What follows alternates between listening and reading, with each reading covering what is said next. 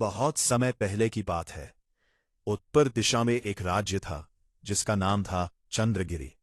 वहां के पहाड़ चांदी जैसे चमकते थे और नदियां रात को जुगनुओं की तरह टिमटिमाती थीं। उस राज्य के राजा का नाम था महाराज वीरेंद्र सिंह, एक न्यायप्रिय और प्रतापी राजा जिनकी कीर्ति चारों दिशाओं में फैली हुई थी। राजा वीरेंद्र सिंह के एक ही पुत्र था, राजकुमार अर्जुनवीर। अर्जुनवीर जितना वीर था उतना ही विनम्र। उसकी आंखों में एक अजीब सी गहराई थी, जैसे किसी झील में कोई राज छुपा हो। राज्य की प्रजा उसे बहुत प्रेम करती थी। बच्चे उसे दूर से देखकर दौड़ते, बुजुर्ग उसे आशीर्वाद देते और वीर सैनिक उसके नाम पर अपनी तलवारें उठाते। पर अर्जुनवीर के जीवन में एक ऐसी बात थी जो किसी को समझ नहीं आती थी। उसकी परछाई आधी थी। जब सूरज की रोशनी उस पर पड़ती तो जमीन पर जो परछाई बनती वह पूरी नहीं होती, बस आधी, जैसे किसी ने तेज धार से काटकर उसका आधा हिस्सा अलग कर दिया हो। बचपन से यही था। राजवैद्य आए, ज्योतिषी आए, तांत्रिक आए, पर कोई भी इस रहस्य को नहीं सुलझा पाया। राजा वीरेंद्र सिंह ने एक बार अपने सबसे विश्वासपात्र ज्योतिषी पंडित विश्वनाथ शर्मा से पूछा, पंडित जी, मेरे पुत्र की परछाई आधी हुई, क्या यह कोई बुरा शकुन है? पंडित विश्वनाथ शर्मा ने अपनी बड़ी बड़ी आंखें बंद की, माथे पर हाथ रखा और बहुत देर तक चुप रहे। फिर धीरे से बोले, महाराज, यह बुरा शकुन नहीं है, यह एक विधि का विधान है। राजकुमार की परछाई का दूसरा आधा हिस्सा इस संसार में कहीं और है, किसी और के पास। जिस दिन दोनों परछाइयां मिलेंगी उस दिन राजकुमार का जीवन पूर्ण होगा। पर यह काम आसान नहीं। परछाई ढूंढनी होगी और परछाई कभी सीधे रास्ते से नहीं मिलती। राजा ने पूछा, तो वो परछाई कहाँ है? पंडित जी बोले, 1000 कोस दूर दक्षिण दिशा में। अर्जुनवीर उस दिन दरबार में नहीं था। वो अपने महल की छत पर खड़ा था और दूर क्षितिज को देख रहा था। उसे हमेशा से एक अजीब सी बेचैनी रहती थी, जैसे कुछ अधूरा है, जैसे कोई है जिसे वो जानता है पर देखा नहीं, जैसे किसी ने उसके दिल में एक खाली जगह छोड़ दी हो जो किसी भी चीज से नहीं भरती। उसने अपनी परछाई की तरफ देखा, आधी परछाई। उसने आज पहली बार उस परछाई को ध्यान से देखा और उसे लगा जैसे वो आधी परछाई किसी और की दिशा में खींच रही है, जैसे कोई धागा है जो उसे दूर कहीं खींच रहा है। उसी रात अर्जुनवीर ने अपने पिता के पास जाकर कहा, पिताजी, मुझे जाना होगा। राजा वीरेंद्र सिंह ने पूछा, कहाँ पुत्र? जहां मेरी परछाई का दूसरा हिस्सा है। जब तक मैं उसे नहीं ढूंढता मैं पूरा नहीं हो। राजा बहुत देर तक चुप रहे। फिर उन्होंने अपने पुत्र के माथे पर हाथ रखा और कहा, जाओ अर्जुन, पर याद रखना, परछाई मिलती है तब जब इंसान खुद सच्चाई की रोशनी में खड़ा हो। सुबह अर्जुनवीर निकल पड़ा। साथ में था उसका सबसे विश्वासपात्र मित्र और सेवक केशव। केशव छोटे कद का, गोल चेहरे वाला और हमेशा हंसते रहने वाला एक युवक था, पर उसकी हंसी के पीछे एक तेज बुद्धि छुपी थी। राजकुमार ने केशव से चलते चलते कहा, 1000 कोस का रास्ता है, रास्ते में क्या क्या मिलेगा कुछ पता नहीं। अर्जुनवीर मुस्कुराया, केशव, जब रास्ता पता नहीं होता तभी तो यात्रा असली होती है। केशव ने आसमान की तरफ देखा और बोला, ये बात बहुत अच्छी लगती है, पर पेट भरा हो तो। कई दिनों की यात्रा के बाद वे दोनों एक घने जंगल में पहुंचे जिसका नाम था मायाकानन। मायाकानन के बारे में कहा जाता था कि इस जंगल में जो भी अकेले घुसता है वो कभी लौटकर नहीं आता। पेड़ इतने घने थे कि दोपहर में भी अंधेरा रहता था। हवा में एक अजीब सी सुगंध थी, मीठी पर घुटन भरी। रास्ते में उन्हें एक बुढ़िया मिली। वो एक पत्थर पर बैठी थी, सफेद बाल, झुकी कमर, पर आंखें बिल्कुल जवान और चमकदार थीं, जैसे उन आंखों में सैकड़ों साल का ज्ञान भरा हो। राजकुमार अर्जुनवीर के पास पहुंचते ही बुढ़िया ने बिना देखे ही कहा, अर्जुनवीर। राजकुमार रुक गया। आपको मेरा नाम कैसे पता? बुढ़िया हंसी, परछाई वाले को पहचानना मुश्किल नहीं, तुम्हारी आधी परछाई दूर से ही दिखती है। अर्जुनवीर ने पूछा, मां, क्या आप जानती है कि मेरी परछाई का दूसरा हिस्सा कहाँ है? बुढ़िया ने अपनी लाठी जमीन पर ठोकी और बोला, दक्षिण में एक राज्य है, सूर्यावर्त। वहां की राजकुमारी का नाम है चंद्रिका। उसके पास भी आधी परछाई है, तुम्हारी वाली आधी। पर राजकुमार, रास्ता आसान नहीं है। इस जंगल में 3 परीक्षाएं हैं। अगर पास हो गए तो आगे जा सकते हो, अगर नहीं तो यह जंगल तुम्हें कभी नहीं छोड़ेगा। केशव ने धीरे से अर्जुन वीर के कान में कहा, राजकुमार, मुझे यह बुढ़िया थोड़ी संदिग्ध लगती है। पर अर्जुन वीर ने कहा, केशव, परछाई ढूंढनी है तो डर छोड़ना होगा। बुढ़िया मुस्कुराई और बोली, पहली परीक्षा, इस जंगल में एक पेड़ है जो रोता है, उसका दुख सुनो और उसे चुप कराओ, बिना झूठ बोले। वे दोनों जंगल के अंदर गए। काफी देर चलने के बाद उन्हें एक विशाल पेड़ मिला। उसके तने से पानी की बूंदें टपक रही थी, जैसे आंसू। अर्जुन वीर पेड़ के पास गया और बोला, मित्र, क्या दुख है तुम्हें? पेड़ की शाखाएं हिली और एक भारी आवाज आई, मैं सैकड़ों साल से यहां खड़ा हूं। हर किसी ने मेरी छाया ली, मेरे फल खाए, मेरी लकड़ी काटी, पर किसी ने ये नहीं पूछा कि मुझे क्या चाहिए। मैं थक गया हूं, मैं अकेला हूं। अर्जुन वीर ने सोचा, फिर बोला, मित्र, मैं तुम्हारा दुख दूर नहीं कर सकता, यह झूठ होगा। पर मैं यह जरूर कह सकता हूं कि तुम्हारा अस्तित्व व्यर्थ नहीं है। जो छाया तुमने दी, उसमें हजारों बच्चे खेले। जो फल तुमने दिए, उनसे हजारों भूखे पेट भरे। देने वाला कभी अकेला नहीं होता, वो हर उस इंसान में जीता है जिसे उसने कुछ दिया। पेड़ चुप हो गया। एक पल बाद उसकी शाखाओं से फूल झरने लगे और रास्ता खुल गया। दूसरी परीक्षा और भी कठिन थी। आगे एक नदी थी, पर उस नदी में पानी नहीं था। उसमें आवाजें बहती थीं। हर आवाज किसी इंसान की थी, किसी की हंसी, किसी का रोना, किसी की चीख। नदी के किनारे एक पत्थर पर लिखा था, इस नदी को पार करना है तो अपनी सबसे बड़ी कमजोरी इसमें डालो। केशव ने कहा, राजकुमार, यह तो बड़ा अजीब है, कमजोरी कैसे डालेंगे? अर्जुन वीर खड़ा रहा और सोचता रहा। उसकी सबसे बड़ी कमजोरी क्या थी? वह वीर था, बुद्धिमान था, दयालु था, पर एक चीज थी जो उसे हमेशा रोकती थी। वह था डर। डर कि कहीं वह किसी को निराश ना कर दे, डर कि कहीं वह गलत ना हो जाए। उसने अपनी आंखें बंद की और मन में कहा, मैं अपना डर इस नदी में छोड़ता हूं। और अजीब बात हुई, उसके कदम अपने आप उठे और वह नदी पार करने लगा। नदी की आवाजें धीमी होती गईं। जब वह दूसरे किनारे पर पहुंचा तो उसे लगा जैसे एक भारी बोझ उतर गया। केशव भी पीछे पीछे आया। राजकुमार, मैंने भी अपना डर छोड़ा। कौन सा डर? अर्जुन वीर ने पूछा। ये डर कि मैं छोटा हूं, केशव ने मुस्कुराते हुए कहा। तीसरी परीक्षा सबसे कठिन थी। एक बड़ा दरवाजा था, पत्थर का। उस पर लिखा था, जो खुद को पूरी तरह जानता है वही इसे खोल सकता है। अर्जुन वीर ने दरवाजे पर हाथ रखा। दरवाजे ने पूछा, एक आवाज में, गहरी और भारी, तुम कौन हो?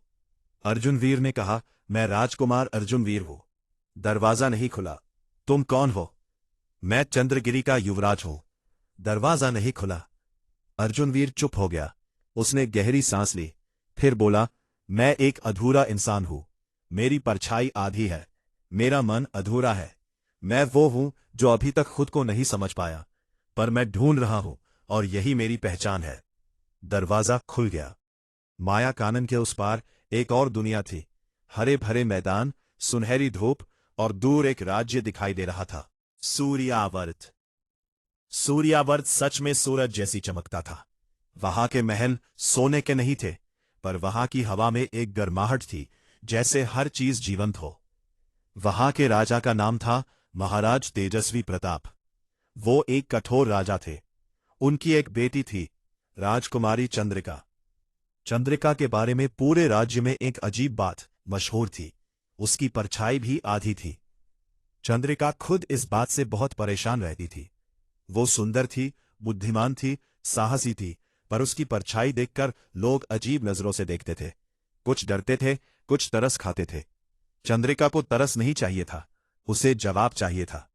वो अक्सर अपने महल की खिड़की से बाहर देखती और सोचती, मेरी परछाई का दूसरा हिस्सा कहाँ है और जिसके पास है वह कैसा होगा। जब अर्जुन वीर और केशव सूर्यावर्त के द्वार पर पहुंचे तो द्वारपालों ने उन्हें रोका। कहां से आए हो? मैं चंद्रगिरी का राजकुमार अर्जुनवीर हूं। मुझे महाराज तेजस्वी प्रताप से मिलना है।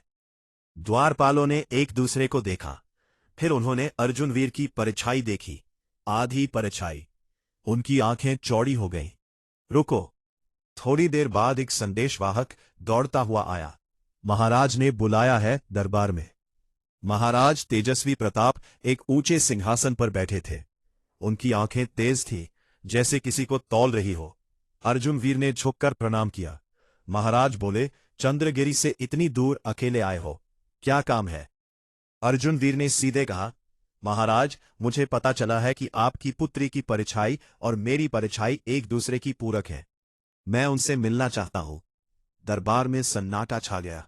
महाराज की भौहें तनी। तुम्हें किसने बताया ये? माया कानन की एक बुढ़िया ने। महाराज कुछ देर चुप रहे, फिर बोले, वो बुढ़िया साधारण नहीं थी। वह इस वन की रक्षक देवी है। अगर उन्होंने बताया तो इसमें कोई सत्य जरूर है। फिर उन्होंने एक दासी को इशारा किया, चंद्रिका को बुलाओ। चंद्रिका जब दरबार में आई तो अर्जुनवीर ने उसे देखा और एक अजीब सी बात हुई। उसकी आधी परछाई, जो हमेशा खिंची खिंची रहती थी, वो चंद्रिका की दिशा में मुड़ गई। चंद्रिका ने भी अपनी परछाई देखी। वह भी अर्जुनवीर की दिशा में मुड़ रही थी। दोनों की आंखें मिली। कोई शब्द नहीं था, कोई परिचय नहीं था, पर एक पहचान थी, अजीब, अनकही, पर सच्ची। चंद्रिका ने कहा, तुम वो हो। अर्जुनवीर ने कहा, और तुम वो हो। महाराज तेजस्वी प्रताप ने यह सब देखा। उनकी आंखों में कुछ हिला। शायद वो कठोरता जो उन्होंने सालों से ओढ़ रखी थी, पर वो इतने आसानी से नहीं माने। राजकुमार, उन्होंने कहा, परछाई मिलना एक बात है, पर मेरी पुत्री का संबंध किसी से जोड़ना दूसरी बात। तुम्हें यह साबित करना होगा कि तुम उसके योग्य हो। अर्जुनवीर ने झुककर कहा, जो परीक्षा हो मैं देने को तैयार हूं। केशव ने धीरे से कहा, राजकुमार, हम अभी माया कानन से निकले हैं, थोड़ा आराम। अर्जुनवीर ने उसे आंखों से चुप कराया। महाराज तेजस्वी प्रताप ने 3 शर्तें रखी। पहली शर्त, हमारे राज्य के पास एक काला पहाड़ है, कालागिरी। उस पहाड़ पर एक राक्षस रहता है, जो हर साल हमारे गांवों पर हमला करता है। उसे परास्त करो। दूसरी शर्त, हमारे राज्य में एक बाजार है, सत्य व्यापार। वहां एक व्यापारी है जो लोगों को धोखा देता है, पर पकड़ में नहीं आता। उसका सच सामने लाओ। तीसरी शर्त, मेरी पुत्री चंद्रिका खुद एक सवाल पूछेगी। अगर उसका जवाब सच्चा हुआ तो मैं मान जाऊंगा। अर्जुनवीर ने कहा, स्वीकार है। अगले दिन सुबह अर्जुनवीर कालागिरी की तरफ निकला। पहाड़ बड़ा था, काला, भयानक, जैसे आसमान को चुनौती दे रहा हो। उसकी चोटी पर हमेशा काले बादल रहते थे। वहां के गांव वाले डरे हुए थे। उन्होंने अर्जुनवीर को देखा तो एक बूढ़ा किसान आगे आया। बेटा, वापस जाओ। उस राक्षस को बहुत लोगों ने मारने की कोशिश की, पर कोई वापस नहीं आया। अर्जुनवीर ने उस बूढ़े किसान के हाथ थामे और कहा, दादा, मैं वापस आऊंगा। पहाड़ पर चढ़ते चढ़ते अर्जुनवीर को वो राक्षस मिला। वो विशाल था, आग जैसी आंखें, पत्थर जैसा शरीर, उसकी सांसों में धुआं था। राक्षस ने गरज कर कहा, कौन है जो मेरे पहाड़ पर आया है? अर्जुनवीर ने तलवार निकाली। मैं अर्जुनवीर हूं, तुझे इन गांवों पर हमला करना बंद करना होगा। राक्षस हंसा, बड़े आए। कितने आए और कितने भागे? तू भी भागेगा। लड़ाई शुरू हुई। राक्षस बड़ा था, पर अर्जुनवीर तेज था। राक्षस हर बार पत्थर फेंकता, अर्जुनवीर बच जाता। राक्षस हर बार आग उगलता, अर्जुनवीर झुक जाता। घंटों की लड़ाई के बाद जब राक्षस थकने लगा, तब अर्जुनवीर ने उसके पास जाकर उसकी गर्दन पर तलवार रखी और कहा, मैं तुझे मार सकता हूं, पर पहले बता, तू इन गांवों को क्यों तबाह करता है? राक्षस चौंक गया। कोई ये सवाल नहीं पूछता था। राक्षस धीरे से बोला, ये पहाड़ मेरा घर था। जब इन गांवों ने पहाड़ काटना शुरू किया, मेरा घर टूटने लगा। मैं अपना घर बचाना चाहता हूं। अर्जुनवीर ने तलवार रख दी। तो लड़ाई नहीं करनी चाहिए थी। मैं महाराज से कहूंगा कि पहाड़ की खुदाई बंद हो। तू वादा कर कि गांवों पर हमला नहीं होगा। राक्षस ने वादा किया और पहली शर्त पूरी हुई। दूसरी शर्त, सत्य व्यापार। अर्जुनवीर और केशव वहां आम लोगों की तरह गए। वो व्यापारी सेठ धनराज बहुत चालाक था। वो लोगों को नकली माल देता था, पर उसके तराजू और बाट इतने सफाई से बनाए थे कि कोई पकड़ नहीं सकता था। केशव ने एक तरकीब सोची। उसने एक ग्राहक बनकर सेठ के पास जाकर सोने का एक सिक्का दिखाया और कहा, सेठ जी, ये सिक्का असली है या नकली, आप बताइए। सेठ ने सिक्का लिया, परखा और बोला, असली है। केशव बोला, तो फिर आपका माल क्यों नकली है? आप असली नकली की पहचान रखते हो तो ये धोखा क्यों? सेठ बौखला गया। अर्जुन वीर वहां पहले से खड़ा था। उसने सेठ के गोदाम के बारे में पहले ही पता कर लिया था। उसने राज सैनिकों को बुलाया, गोदाम की जांच हुई और नकली माल पकड़ा गया। सेठ धनराज पकड़ा गया। दूसरी शर्त पूरी। तीसरी शर्त, चंद्रिका का सवाल। शाम को चंद्रिका एकांत में अर्जुन वीर के पास आई। वे बगीचे में बैठे थे। फूलों की खुशबू थी। दूर कहीं पक्षी बोल रहे थे। चंद्रिका ने अर्जुन वीर को देखा और पूछा, अगर तुम्हारी परछाई पूरी हो जाए और तुम्हें बाद में पता चले कि मेरी परछाई नहीं थी बल्कि कोई और थी, तो क्या तुम मुझे छोड़ दोगे? ये सवाल अजीब था। ये परीक्षा नहीं थी, ये डर था। चंद्रिका का अपना डर। अर्जुन वीर ने सोचा, फिर बोला, चंद्रिका, मैं तुम्हारे पास परछाई की वजह से नहीं आया। परछाई ने रास्ता दिखाया, पर मैं यहां आया अपनी मर्जी से। माया कानन मैंने अपनी ताकत से पार किया। राक्षस से अपनी समझ से लड़ा। सेठ को अपनी बुद्धि से पकड़ा। ये सब परछाई ने नहीं किया, मैंने किया। और ये सब मैंने इसलिए किया क्योंकि मैं तुमसे मिलना चाहता था, परछाई से नहीं। चंद्रिका की आंखें भर आई। पर तुम मुझे जानते तो नहीं। जानना शुरुआत में नहीं होता, जानना रास्ते में होता है, और रास्ता अभी शुरू हुआ है। चंद्रिका ने अपने पिता के पास जाकर कहा, पिताजी, मेरा जवाब मिल गया। महाराज तेजस्वी प्रताप ने अपनी पुत्री की आंखों में देखा। वो आंखें जो सालों से उदास थीं, आज उनमें एक रोशनी थी। उन्होंने अर्जुन वीर को बुलाया। राजकुमार, तुमने तीनों शर्तें पूरी की, पर एक बात और, तुम कालागिरी के राक्षस को क्यों नहीं मारा? यह है तो आसान था। अर्जुन वीर बोला, महाराज, हर लड़ाई तलवार से नहीं जीती जाती, और हर दुश्मन असल में दुश्मन नहीं होता। राक्षस ने अपना घर बचाने के लिए लड़ा। यह उसका हक था। अब उससे समझौता हुआ है, न उसका नुकसान, न गांव वालों का। महाराज तेजस्वी प्रताप बहुत देर तक चुप रहे। फिर उन्होंने कहा, मेरी पुत्री तुम्हारे योग्य है और तुम उसके।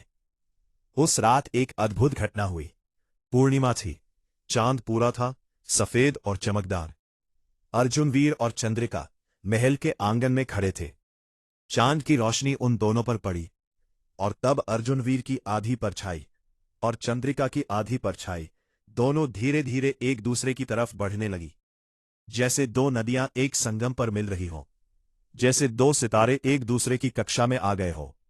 और फिर दोनों परछाइयां मिल गईं, एक पूरी परछाई बन गई। अर्जुन वीर ने अपनी परछाई देखी, पूरी संपूर्ण। चंद्रिका ने अपनी परछाई देखी, पूरी संपूर्ण। और उन दोनों ने एक दूसरे को देखा। कोई शब्द नहीं था जो उस पल को बयान कर सके। केशव दूर से यह सब देख रहा था। उसकी आंखें भी गीली हो गई थी, पर उसने जल्दी से आंखें पोंछ ली और आसमान की तरफ देखने लगा, जैसे कुछ हुआ ही नहीं। कुछ दिनों बाद अर्जुन वीर ने अपने पिता महाराज वीरेंद्र सिंह को संदेश भेजा। महाराज वीरेंद्र सिंह खुद सूर्यावर्त आए। दोनों राज्यों के राजाओं ने मिलकर यह विवाह तय किया, और ऐसा विवाह हुआ जैसा पहले कभी नहीं हुआ था। चंद्रगिरी और सूर्यावर्त, चांद और सूरज एक हो गए। पर कहानी यहां खत्म नहीं होती। विवाह के बाद एक रात चंद्रिका ने अर्जुन वीर से पूछा, अब परछाई पूरी हो गई, अब क्या अधूरापन नहीं रहा? अर्जुन वीर मुस्कुराया, परछाई तो बस एक संकेत था। असली पूर्णता यह है कि अब हम दोनों साथ हैं। परछाई मिलना शुरुआत थी, असली सफर अभी शुरू हुआ है। चंद्रिका हंसी, तो क्या अब भी कोई अधूरापन है?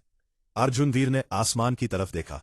वो सारी जिंदगी है जो हम अभी साथ जिएंगे, वो अभी अधूरी है, और उसे पूरा करने में जो मजा है वो किसी और चीज में नहीं। और वे दोनों, अर्जुन वीर और चंद्रिका, अपने दोनों राज्यों को एक नई रोशनी में ले गए। चंद्रगिरी में सूरज की गर्माहट आई, सूर्यावर्त में चांद की शीतलता आई, प्रजा खुशहाल रही। केशव कभी कभी रात को अकेले बैठकर मुस्कुराता और सोचता, परछाई वाला राजकुमार तो पूरा हो गया, अब मुझे कब कोई अधूरापन मिलेगा। पर यह एक और कहानी थी जो कभी और सुनाई जाएगी। इति बहुत समय पहले की बात थी, पर परछाई की ये कहानी आज भी कही जाती है। मेरे प्यारे दोस्तों, अगर आपको ये कहानी पसंद आई है तो कृपया हमारे चैनल दर्पण को सब्सक्राइब कर ले और इस कहानी को लाइक और शेयर करें। आप अपनी राय कमेंट बॉक्स में दे सकते हैं, जो हमारी प्रस्तुति को बेहतर करने में सहायक होगा।